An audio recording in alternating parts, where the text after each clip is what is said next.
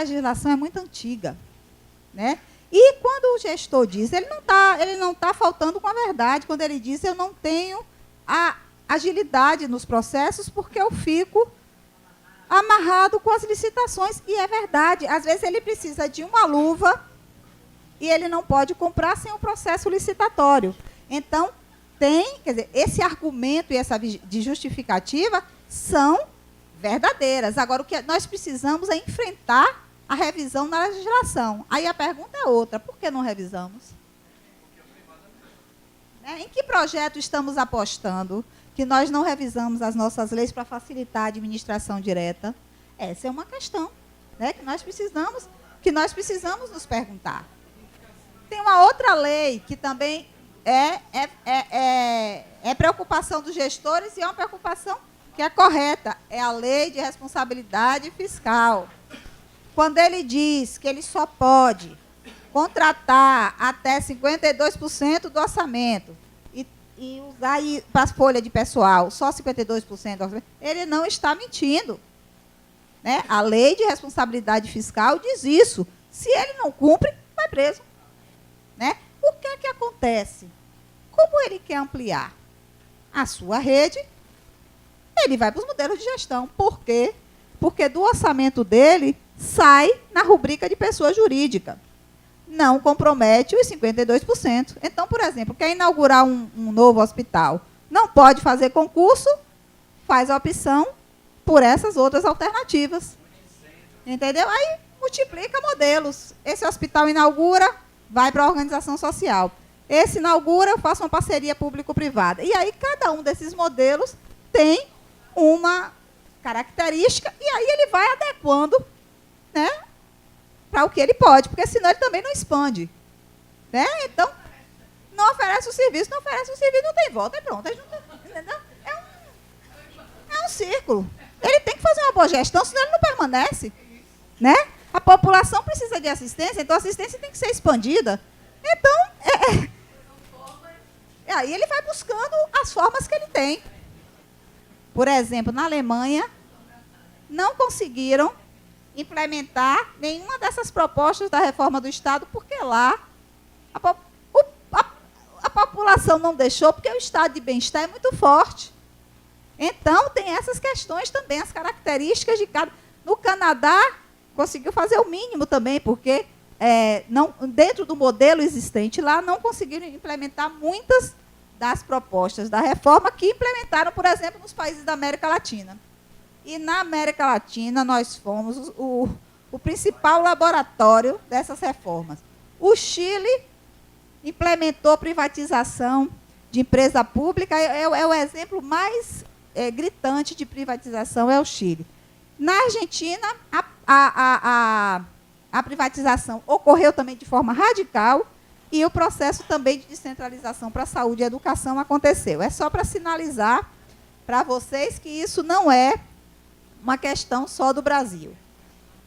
E quais são os efeitos dessa crise do Estado na administração pública? É que Estado, se ele vai delegando, né, ele tem menos recursos e também menos poder. E, ao construir essa nova burocracia, né, e essa nova burocracia foi ampliada, é o que eu falei aqui, ó, tinha uma crítica às burocracias estatais, tinha um sentimento antiburocrático da população e tinha uma crença no modelo do setor privado como o modelo ideal, né, onde você pode ir, ser atendido, não ter fila. Então, tinha todo também uma construção de que isso podia ser melhor. Então, esses fatores todos se conjugaram, né, no processo de implementação dessas propostas de reforma do Estado. E aí, o que é que tinha no plano diretor da reforma do Estado aqui no Brasil? Delimitava a área de atuação do Estado, e aí você tinha aquelas atividades que eram exclusivas do Estado. Então, essa ninguém não pode ser delegada a ninguém, principalmente aquelas que dizem respeito à formulação e implementação de políticas. Então, essas atividades permaneciam no Estado. Tinham as atividades auxiliares, que essas podiam ser terceirizadas. Hoje, nós temos, vamos tomar, né, aqui na universidade, como no Estado, Segurança, limpeza, são terceirizadas. Hoje não se faz mais concurso, né, para determinadas funções aqui no Estado também. Essas funções foram terceirizadas. Então, essas você podia fazer uma licitação, contratar uma empresa, com todo o sofrimento que é hoje ser um terceirizado nessas empresas. Né? A gente vive isso diariamente. Funcionários há 10 anos sem férias, eles demitem, readmitem, né? E aí, com medo de ficar desempregado, esses trabalhadores se sujeitam a essas situações. Né? A gente vê aí diariamente. Chegar aqui, professor, olha, o salário ainda não saiu, o ticket não deram. É uma situação de completa exploração. Né? Nós não nos damos conta do que é isso, né, que está para o ser humano, para o trabalhador e para todos os direitos trabalhistas que nós defendemos. Né? Então, é bom a gente deixar claro também, quando discute os efeitos disso, né, para que a gente entenda todo esse processo. Essa ampliação das terceirizações, vocês acham que vai dar em quê?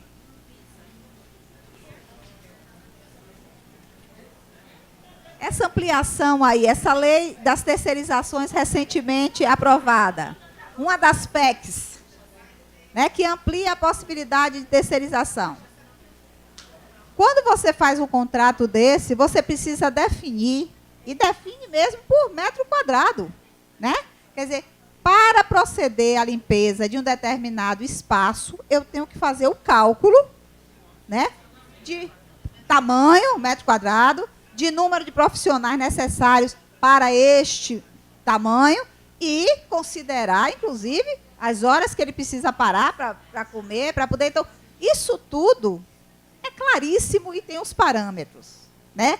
O que precisa saber é como essas empresas contratadas estão tratando dessa questão. Porque qual é o objetivo da empresa? A gente é o lucro, né? E o que é que ela faz? Aí você tem a situação, esse sujeito que já não aguenta mais, né? Que você, inclusive, falou aí emocionada, né? Porque não aguenta mais, porque chega no limite dele, né? E ele não tem coragem de reclamar para não perder o emprego. Então, é uma situação, né, que você se aproveita da situação e da fragilidade do outro, né, para poder explorar. Alguns hospitais que a gente fez um mergulho maior sobre esses modelos, um dos riscos que a gente corre, inclusive, é você ter a redução de equipe multiprofissional e ficar trabalhando com a equipe mínima, entendeu? Que é outro retrocesso, né? Porque é algo que a gente, né, tem defendido, que é as equipes multiprofissionais, a importância disso, e, na hora de contratar, fazem o básico do básico. Então, esse é um... E aí, cabe a quem contrata a OS amarrar no contrato de gestão.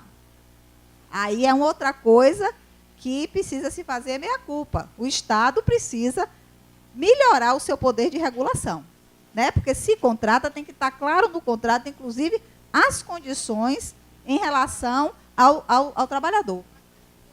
E aí, repare, nós precisamos, nas instâncias coletivas de decisão, eu acho que esse é um momento onde nós precisamos, mais do que nunca, pensar, né, nos espaços onde podemos nos mobilizar para defender isso que está aí. Quer dizer, o que é que nós podemos fazer dentro, né, desse cenário brasileiro, né, muito preocupante, para poder não deixar que se leve à frente coisas, muitas já foram levadas, né, muitas coisas já estão sendo modificadas a passos largos, mas como é que nós, e isso só uma mobilização grande que mostre as pessoas que estão lá na frente, que elas podem perder o poder levando, né, essas decisões adiante. É o que a gente, em termos de universidade, o que é que nós podemos fazer? Colaborar com as evidências, mostrando os efeitos e as consequências desses processos. Eu acho que isso é um passo importante, dando amplitude ao debate, que isso também nós estamos tentando fazer, e tentando juntar esforços de vários segmentos, e aí temos que estar junto, não só a universidade, como movimentos sociais, para poder pressionar esse congresso que aí está, que é o que a gente tem, gente. Né? Por enquanto é o que a gente tem, sem saber se vamos ter eleição em 2018. Né? Numa situação que nós nem sabemos se vamos ter eleição em 2018. Então, só para ficar claro, gente, qual é a distinção entre a administração direta? É aquela onde as atividades do Estado são indelegáveis. Tipo formulação de políticas, o planejamento em saúde, a regulação, o controle, a avaliação de serviços.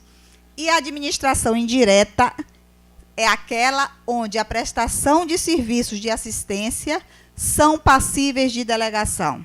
Serviços sociais e científicos é saúde, cultura, educação. Então, tem, dentro da administração pública, esses serviços poderiam ser publicizados. Viu? É porque eu esqueci de falar, fiquei só na saúde, mas é bom chamar a atenção.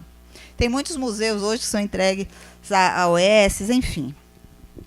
Autarquias, é só porque aí são os diferentes modelos. Eu não botei todos, não, botei só os principais, até porque no texto vocês têm assim um por um. Aí depois vocês dão uma lida. Mas autarquias, a universidade é uma autarquia. Né? O que é que caracteriza a autarquia? É um serviço autônomo, com personalidade jurídica. Nós temos CGC, olhe para ter o tamanho da autonomia. Temos um CGC, temos um patrimônio, a universidade, temos receita própria, mesmo que pequena, mas temos. E para executar as atividades que são típicas da universidade, fazemos concurso aqui. Então, tem um funcionamento, né? Quer dizer, autonomia relativa, né? É o tamanho daquilo que podemos fazer, mas a universidade é caracterizada como uma autarquia. Sujeita à lei de responsabilidade fiscal, fiscalizada pelo Legislativo, pelo Tribunal de Contas da União, Conselho de Saúde, no caso, né, das autarquias de saúde, Sistema Nacional de Auditoria do SUS. Nós aqui temos os hospitais, portanto, estamos submetidos a isto também. Empresa pública, que é o caso da EBC.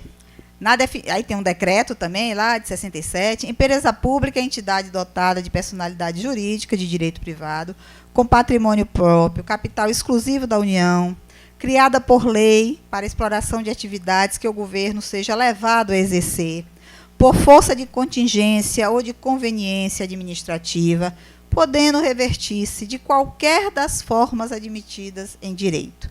É, portanto, controlada diretamente pelo poder público, que tem o poder exclusivo de eleger os seus administradores e detém a maioria das deliberações. Qual é a nossa preocupação? Acompanhar de perto este contrato e esta relação com a EBSER. Né? Falando de regulação e falando da importância, né, não podemos abrir mão de questões que cabem ao reitor, ao conselho universitário, que é da universidade, o patrimônio próprio da União. Ela faz a gestão do hospital. Então, ela tem que contratar recursos humanos. Se precisar, no orçamento dela, vai ter gastos. Se precisar comprar algo de equipamento, aí é o planejamento, né? Para o hospital funcionar, quais são os elementos de despesa que têm que ser considerados, né? Essa é uma questão. Aí tem que ter clareza nas prioridades, tem que saber qual é o plano diretor, o que é que esse hospital pretende, o que é que ele pretende alcançar, quer ser referência em alguma coisa, enfim. Aí as características desse hospital precisam estar postas para que a gente articule despesa com o planejamento daquela unidade. Né? Essa é uma questão importante. Quais são as maiores queixas dos hospitais públicos? É o pouco controle dos gastos que os gestores têm. Então, uma vez, um diretor de um hospital público, ele disse, eu não sei quanto o meu centro cirúrgico custa. Não pode, tem que saber. Né? Para a gente funcionar bem e ter clareza do orçamento que precisamos, tem que saber. Então, gente, planejamento é fundamental. E depois fazer a gestão do que planejou, né? Porque senão... AOS. Organizações sociais. Qual é a definição das organizações sociais? É um título concedido pelo Poder Executivo, porque elas se habilitam a uma entidade civil sem fins lucrativos, que tenham como finalidade atuar nas áreas de ensino, pesquisa científica, desenvolvimento tecnológico, proteção, preservação do meio ambiente, cultura ou saúde, e que atenda a determinados requisitos em situações específicas previstas em leis. A ferramenta utilizada denomina-se contrato de gestão, que eu já falei muito aqui, e que viabiliza essa terceirização. Olhem aí o que é que está posto como metas pré-acordadas entre ambas as partes. Que se respeite os princípios da administração pública. Quais são? Impessoalidade, legalidade, moralidade e publicidade. Né? Por que é que se faz licitação? Para publicizar que a UFBA, o Estado, o hospital está contratando o serviço tal. Claro que, como ela disse ali, o que é que acontece? Aí as empresas prestam aquele serviço, às vezes, fazem um acordo e dizem, olha, nessa eu ganho, na outra você ganha, na outra... Isso existe. Exatamente. Então, é muito nó, viu, gente, para desatar. É muito nó para desatar. Então, as OS, assim, elas se habilitam, apresentam a proposta. Essa proposta é analisada por um conselho, né, de gestão de organizações sociais, que é estadual. Ao ser aprovado, ela assume a gestão e a gerência daquele hospital.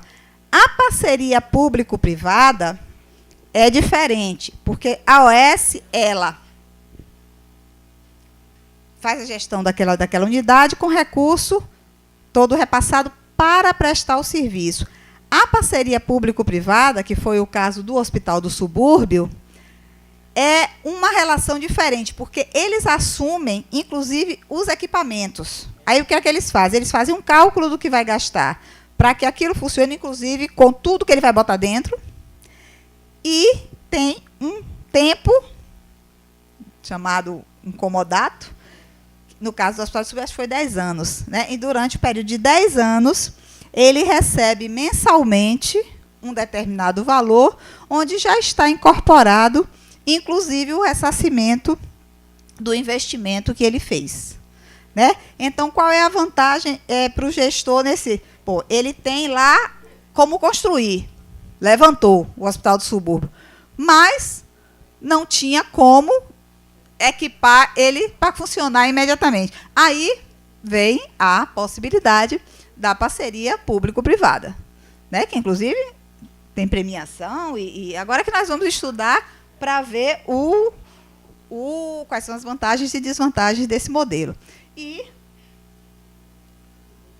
no caso da parceria público-privada, aí nós vimos isso agora, por conta da pesquisa, é que o recurso da parceria público-privada já entra no orçamento direto da fazenda para a empresa. Né? Quer dizer, nem passa por... A Secretaria de Saúde faz todo, né, o acompanhamento técnico e tal, mas o recurso que é pago é direto da fazenda para garantir o funcionamento, tem todos esses cuidados que são tomados previamente, para que não passe essa queixa de muitos gestores da administração direta. Eu não tenho essa frequência, né, e obediência ao prazo de repasse mensal para que eu também possa administrar de forma eficiente. Então, é uma questão.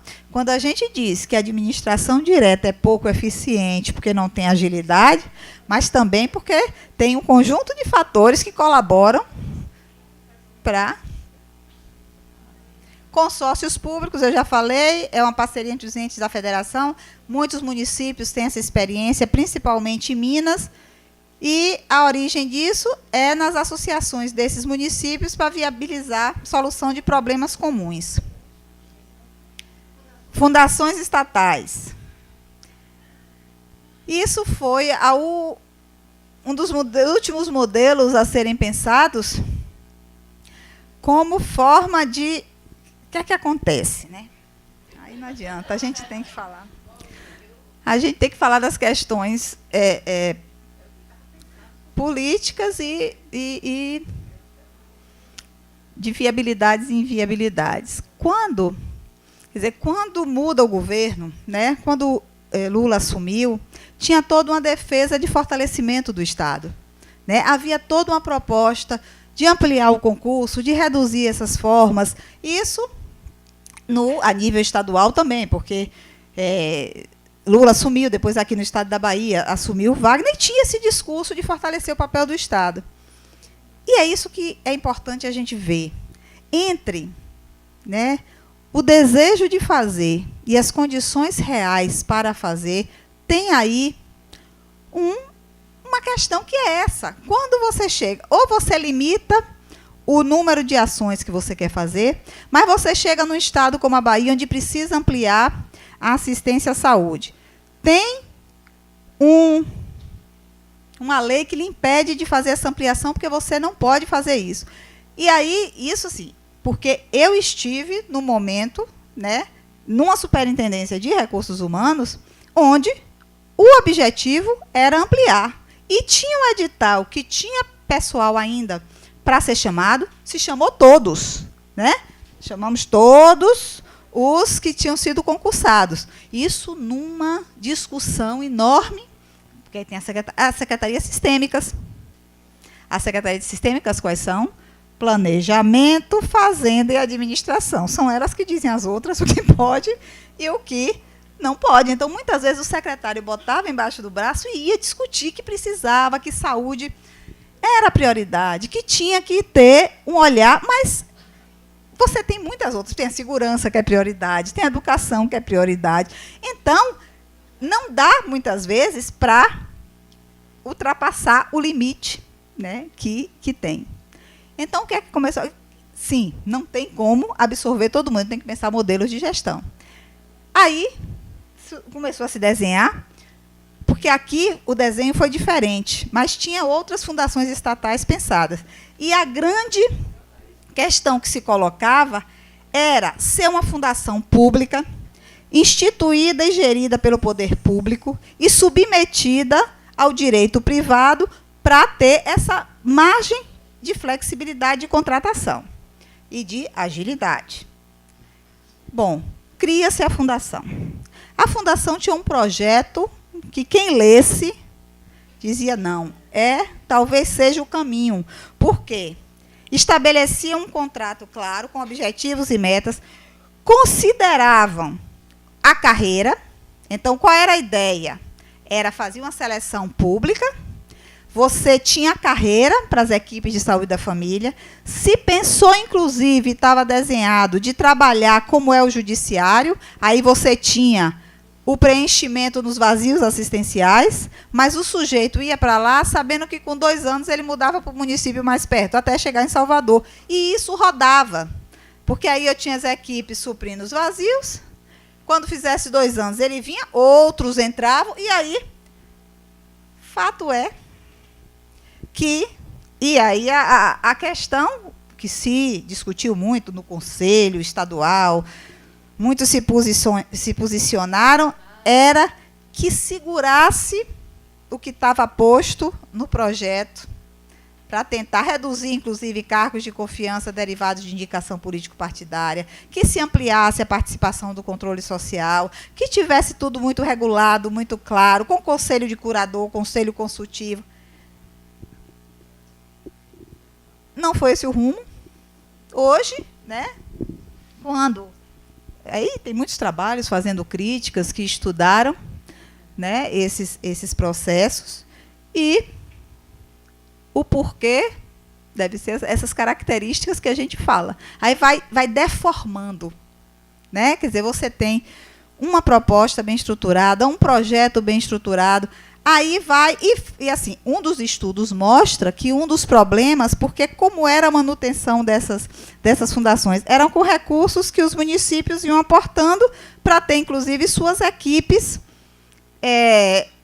trabalhando nos municípios. Os municípios começaram a não ter orçamento.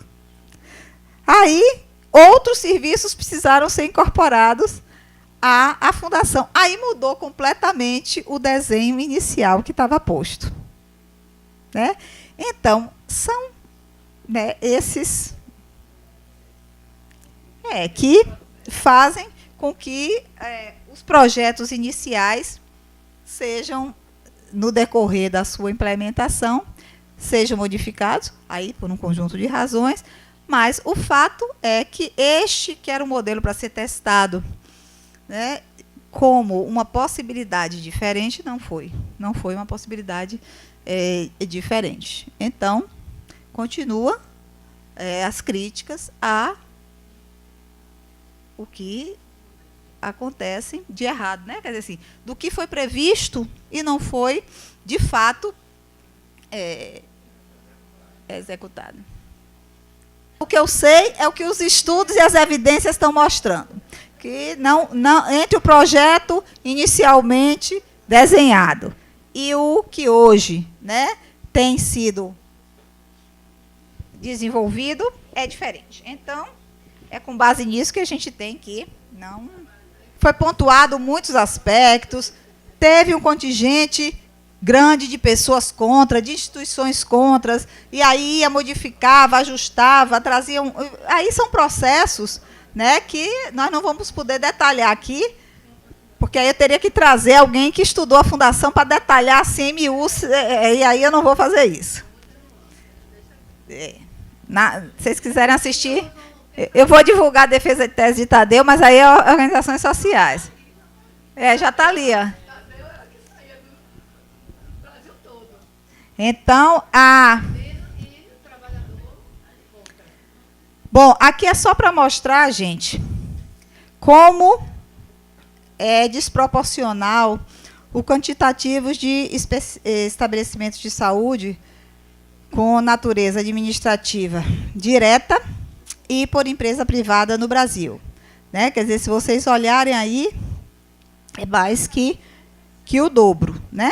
Vocês estão vendo, né, que o vermelhinho é administração direta, aí está, administração direta nos 3 níveis, viu? Ministério da Saúde, Secretaria Estadual e Municipal, e o laranja é empresa privada. Fora que a gente estava discutindo força de trabalho, essa questão que vocês estavam colocando de redução de pessoal, agora, com toda essa crise, aumento de desemprego, o atendimento ao SUS vai aumentar e muito. Não tenham dúvidas de que o atendimento pelo SUS vai aumentar e muito. Se vocês observarem nesses, vocês vão ver que a administração indireta, empresa pública e IOS estão próximos a duplicarem os seus quantitativos. Né? Então, o crescimento é bastante acelerado. E se vocês olham este outro, aqui é o seguinte, é o quantitativo de profissionais cadastrados em estabelecimento de saúde por naturezas e esferas administrativas no Brasil. Eu só chamei a atenção, assim, se vocês olharem, a administração direta da saúde, aí uma questão importante é como o nível municipal cresceu, claro, em decorrência do processo de descentralização. E como, aí a setinha vem para a empresa privada, né? O crescimento, se você olhar em 2007, 245.896, e você olhar em 2015, 382.639. Se você vai para as entidades sem fins lucrativos, também praticamente dobra. E lembrem que quando eu defini OS, elas são classificadas como entidades sem fins lucrativos. Entidades sem fins lucrativos, vocês sabem que tem um conjunto de vantagens, não é? Inclusive em termos de impostos, do que está livre, do que não está, do que pode pagar, do que não pode. Então, Então, isso aí, gente, é o número de profissionais nesses estabelecimentos de saúde, né? E nas diferentes esferas administrativas. Provavelmente, nós acompanhamos isso ano a ano, por conta até do observatório. Mas, provavelmente, daqui 2015, 2020, esse número aí vai aumentar muito mais do que esse aumento que nós tivemos de 2007 a 2015. Provavelmente nós teremos aí algo em torno de 8 vezes mais, né, pelo que se aponta em relação aos processos que estão acontecendo aí diariamente. Então, essa é uma questão que nós precisamos acompanhar, né? Essa ida nesse congresso foi importante de política e planejamento para, num momento como esse, né? Aí foi um congresso que se reuniu 2.000 e poucas pessoas, de se pensar, né, como, e aí a Brasco envolvida, os SEBs envolvidos, várias instâncias de peso e que envolvem muitos profissionais, para que a gente possa pensar e mobilizar ações e estratégias para tentar ver como nós podemos, diante dessa tendência, reduzir um pouco esse futuro, né? Esse crescimento nesse futuro tão sombrio. E aí nós temos, né, alguns desafios. Primeiro, essa vigilância que nós precisamos ter em relação às consequências das políticas de austeridade. Nós fizemos aqui na segunda-feira, não sei se algum de vocês veio assistir, uma discussão com o economista do IPEA, o Carlos Oquer, sobre as consequências das políticas de austeridade para a população, para as políticas sociais.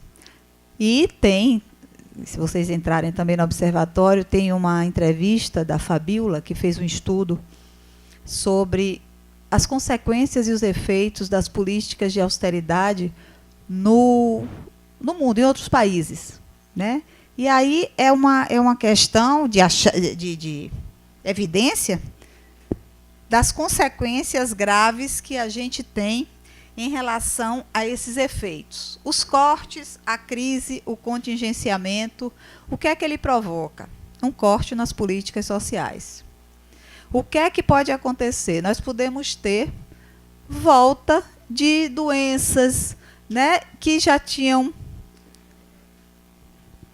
algumas erradicadas, outras diminuído, controladas. Enfim, então nós temos ela chega a mencionar na sua entrevista que uma coisa que praticamente nós conseguimos diminuir muito, as taxas de desnutrição. Eu falei aqui da questão da sinergia de políticas, né? Então, são questões provocadas pelo desemprego, pela fome, por falta de políticas. Enfim, então, ao pensar, né, nessas questões que vão acontecer por conta desses cortes e desses contingenciamentos, quais são as consequências e o que é que nós temos que brigar para manter, enquanto política, para tentar reduzir esses efeitos devastadores que essas políticas de austeridade podem ter sobre a população. Então, essa é uma questão importante de se pensar. Outra questão é a regulação da terceirização. Nós falamos aqui todos os impactos e todos os efeitos que podem estar sendo desencadeados por esse processo de terceirização. Então, manter a regulação, né? E aí claro que é um papel do Estado regular esses acordos, esses contratos de gestão, enfim. Então, essa é uma outra preocupação nossa, no sentido de fortalecer essa defesa da regulação da terceirização. E, principalmente, a defesa dos direitos dos trabalhadores da saúde. A importância, tem uma lei de responsabilidade fiscal, sim, e é uma lei que tem aspectos bastante importantes para a condução da gestão. Tem que ser revisada, tem. Isso é uma outra coisa que apareceu como encaminhamento da última Conferência Nacional de Saúde. Então, esperamos, né, que isso se efetive, né, e não é só a revisão da Lei de Responsabilidade Fiscal que vem. Essa é uma outra questão importante. Agora, eu falei na conferência, me lembrei disso. Uma outra coisa que nós pegamos ao longo desses... de 90 para cá, foi pegar tudo que saía em relação aos hospitais nas conferências como encaminhamento. Aí nós pegamos desde a 8ª até a última, a 15ª. Todos os encaminhamentos das conferências, por exemplo, são encaminhamentos contrários aos modelos alternativos de gestão. Aí eu disse, olha que coisa interessante. Porque nós temos, a conferência, ela faz encaminhamentos. E aí, o que é que se espera? Que os encaminhamentos sejam incorporados nas políticas, né? Essa questão dos modelos, em toda a conferência, você tem a crítica e a resistência a isso. Mas continua-se crescendo a esses modelos alternativos. O que é que vai nos mostrando? Né? Primeiro, quais são os aspectos das conferências que são respeitados, e aí você pode elencar, isso que eu não vou adiantar o resultado de Tadeu, mas é isso que ele fez. O que é que pode ser... o que é respeitado pelos planos e pelas políticas, e o que não é respeitado. O que é e onde é que o interesse econômico sobressai ao interesse coletivo. Né? Essa é a grande questão. Né? É a sobreposição do interesse econômico ao interesse coletivo. E a responsabilidade sanitária dos gestores também é outro ponto que nós precisamos acompanhar. Não podemos negligenciar a dimensão sociopolítica da participação da sociedade, dos trabalhadores no desenho das instituições. É o que nós conversamos aqui. E todos esses, eu acho que nós temos feito alguns esforços na defesa do SUS, mas temos que ampliar essa luta, que é uma luta política. Né? Eu não sei se Jair Nilson referiu aqui, a uma revista, o Lancet, falou. Se vocês pegarem, são vários artigos nessa revista, e cada artigo aborda um determinado aspecto, e a ideia era essa: analisar o sistema de saúde brasileiro, elencando todas as suas questões e os seus problemas, e trazer o que avançou e o que não avançou. E das conclusões, e é capa da revista da Lancet, o problema é militarmos pelo SUS, né, defender esse sistema único de saúde, com todo, como eu disse aqui, entendendo que sem ele, a vida dessa população, vocês acham que vai dar em quê os planos populares? Vai dar na volta do indigente. Onde, antes do SUS, só eram atendidos aqueles que tinham a carteirinha do INAMPES. A carteira de trabalho passará a não ter nenhuma validade. É um risco. Então, eu estava numa conferência municipal de Camaçari, e só que nessa conferência a pauta eram trabalhadores, né? E quando eu falei dos planos populares, aí alguém fez assim: mas a gente então não tem direito a plano? Aí foi um longo debate, né, para a gente explicar o que é que significava. Não é que não tem direito, não. O que significava você vincular isso. Não, só terá acesso quem for trabalhador. É isso que eu estou dizendo. Os outros passarão, né, a sofrer o que sofriam antes de ter o SUS. O projeto é um projeto de um deputado, né? Alguns dizem que foi o Cunha, né? Mas o projeto ele não é assinado. Ele é um projeto que passa por uma comissão e circula, né, dentro do Congresso. E tem tido uma defesa, né, de alguns. O ministro da Saúde verbalizou, né, sobre isso. E nós não podemos deixar que isso, né, aí é a população. Só que essa população pode estar dividida. Porque quando alguém pergunta assim, eu não tenho direito, né, ela está dizendo por quê? Né, porque ela quer não ter fila. Quer dizer, cria também, né, uma imagem do que é que pode ser. Então, quando a gente precisa de não sei quantas assinaturas para não deixar passar, muitas vezes a gente não consegue as assinaturas porque algumas pessoas não têm essa análise que a gente pode fazer aqui, né? Então, encaram muitas vezes como ora, eu vou pagar um preço baixo e vou ter o atendimento. É essa a leitura que vai. Agora, como vai ser, de que forma, né? Aí, então, não tem, e nós não conseguimos fazer chegar, muitas vezes, essa informação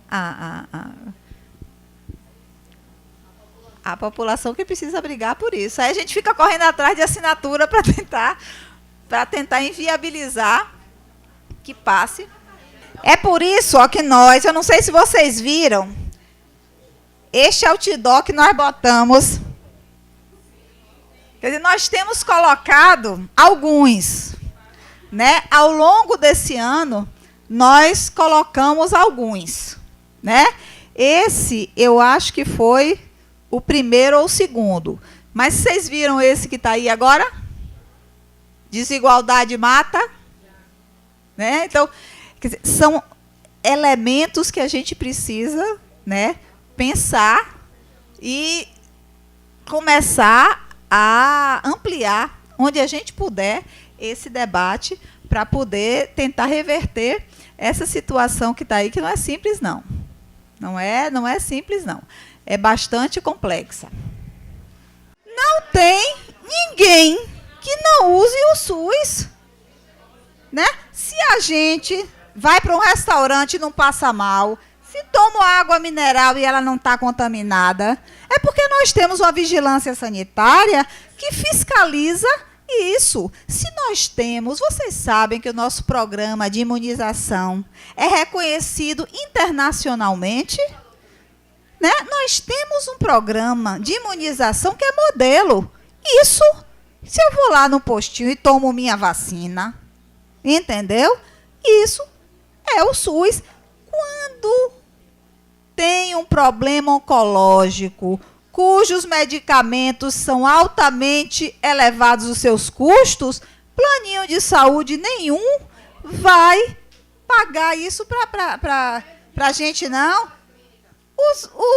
Os medicamentos oncológicos, tuberculose, por aí vai, é SUS. Outra coisa, o transplante é SUS, viu? Plano de saúde nenhum vai passar ninguém na frente para se submeter a um transplante de fígado, certo? De coração. Então, é bom a gente entender que todo mundo usa. Ou se quando alguém disser assim, porque eu não uso, usa sim, querido. O próprio programa de AIDS, com medicações caríssimas, garantidas pelo SUS. Então, vamos, ao ouvir isso, por favor, pontuem, porque esclarece, né? Existem, claro, ignorâncias, e é normal. Eu sou ignorante em relação a determinadas questões, outras. Então, isso precisa ser esclarecido.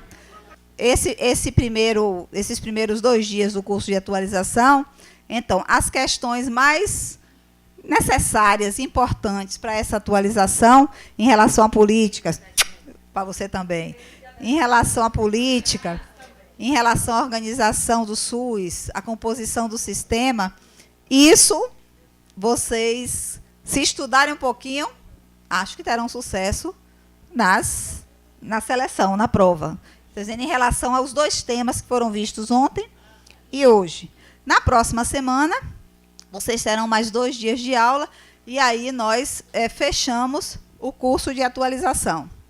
Pensem em relação às questões que vocês vão trabalhar no plano de estudo. Não é um projeto acabado, não é. Isso vocês vão fazer durante o mestrado. É um plano de estudo onde vocês mostram, né, que tem um tema para ser estudado, que tem uma questão a ser investigada, essa questão se transforma em objetivo, e vocês têm que mostrar, sem nada muito longo, mas por que é importante aquela questão. Né? Para a gente mostrar por que é importante uma questão, nós precisamos trazer algum dado sobre ela. Por que é que eu estou escolhendo este tema? Né? O que é que deste tema eu já sei e por que ele é importante? Qual é a justificativa que eu trago para eleger aquele tema que eu quero trabalhar? Então, é uma coisa, eu acho que cerca de 6 a 8 páginas, eu acho não é muito, não é onde você faz um planinho do que você quer estudar. Acho que é 6, viu, gente? Eu acho que é 6. É 6, né, Kátia? Eu acho que é 6. O último edital, eu tenho que olhar o edital, mas eu acho que é 6. Não é muito grande, não. É pequenininho. E aí bota a introdução, 1,5 páginas, né? Depois os objetivos, a questão, os objetivos. E depois, assim, para eu estudar esse tema, o que é que eu vou fazer enquanto metodologia? Estou pensando em entrevistar, em fazer um questionário, em fazer uma revisão bibliográfica, enfim. Pode ser projeto de pesquisa, um projeto de intervenção, um produto tecnológico. Né? Então, isso tudo será devidamente explicado para vocês. O edital vai ser bastante preciso, né, naquilo que precisa para o processo seletivo. Vocês têm uma prova, o currículo, porque aí vocês botam uma exposição de motivos, né, por que querem fazer o mestrado. Prova, currículo e projeto. Não, para mestrado profissional, não. No edital sai. No edital sai. Mas, deixa eu dar um esclarecimento aqui, porque alguém me falou no intervalo que viu o barema do acadêmico. Gente, é diferente. Tá? O barema do acadêmico é um, o edital do acadêmico é um, o barema do profissional é outro. E a ideia, quer dizer, qual é a importância do mestrado profissional? É que vocês possam refletir sobre temas do processo de trabalho de vocês. A diferença entre mestrado acadêmico e profissional. Vocês terão, em termos de disciplina, a mesma disciplina que tem o acadêmico. Qual é a diferença? A de vocês é concentrada.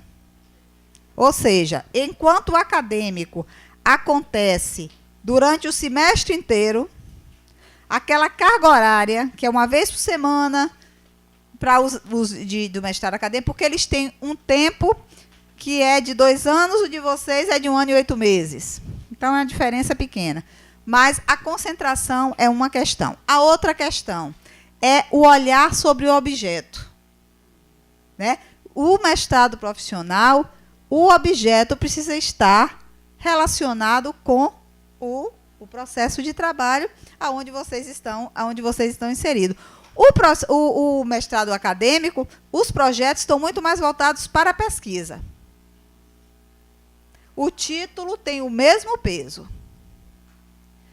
Vocês têm, além das disciplinas, momentos que nós chamamos de oficinas de pesquisa. Além do acompanhamento com o orientador, tem encontros com os professores que conduzem essas oficinas, Então, no primeiro momento, aí tem uma aula que é só para discutir problema e problemática. Aí, o que é problema, o que é problemática, cada um fala do seu problema e da problemática. O professor diz, ainda não está perto não, tem que melhorar isso, tem que melhorar aquilo. A outra vai discutir objetivos e referencial teórico, entendeu? Então, vocês são o tempo todo acompanhados pelo grupo de professores que fazem as oficinas e pelos orientadores, né? E nós, coordenadores, acompanhamos os orientadores e vocês. O edital deve sair início de junho, ele fica um mês aberto e a gente deve fazer a seleção em julho. Não tem reivindicação certa. Eu vou dizer por quê. Porque o mestre repare, nós subimos 5, eram 15. Por quê? Porque o mestrado, ele precisa ter um acompanhamento muito de perto do orientador. Então, nós estabelecemos que só fazemos 2 mestrados por ano. Nós temos o acadêmico e nós temos o doutorado. Então, e a CAPES tem a faca no pescoço da gente. Entendeu? Então, um professor, ele não pode orientar mais que 8. O que já é muito. Entendeu? Já é muito. Essas 20 vagas são vagas negociadas com a Prodep para os funcionários da UFBA. Nós temos, por obrigação, destinar 10% para a comunidade. Estão lembrados disso? Essas, qualquer pessoa pode concorrer. Qualquer pessoa pode concorrer. Nós não entramos nessa seara do seu vínculo, né? O objeto, primeiro, tem que estar articulado, inclusive, com uma linha de pesquisa para que a gente tenha pessoas e estar com foco no seu processo de trabalho. Ninguém vai lhe perguntar se você está fazendo um estudo por um vínculo ou por outro. Isso aí não nos cabe.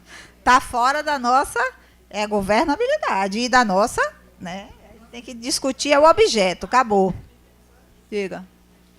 Eu gostaria de fazer um esclarecimento para alguns colegas que eu acho que não teve o conhecimento de como começou essa luta pelo mestrado profissional para o servidor técnico-administrativo.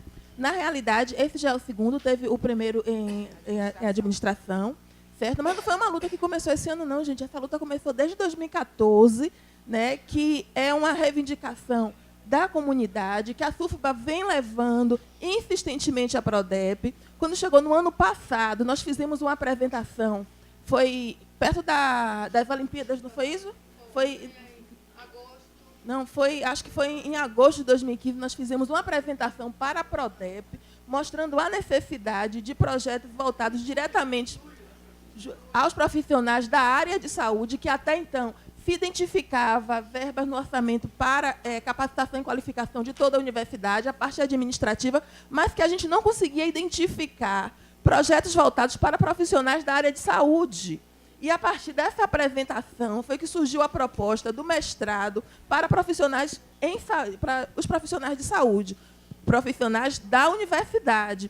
Por isso que o primeiro mestrado, pode-se dizer, profissional, para profissionais da universidade. Foi uma luta nossa, foi uma conquista nossa, e eu gostaria que cada um de vocês tivesse isso em mente. Porque nós temos o reitorado de professor João, que é um reitorado extremamente democrático, que tem atendido os nossos pleitos, né, com muita boa vontade, pelo menos tem ouvido e procurado se sensibilizar diante das nossas dificuldades, das nossas reivindicações. Nós ainda não temos graduação voltada diretamente para o técnico administrativo, mas isso é uma conquista da nossa categoria, certo? Não foi de graça, não foi assim pensado.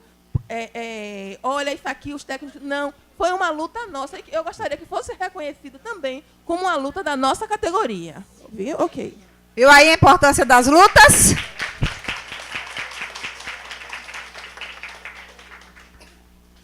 Mais alguma questão, pessoal? Diga.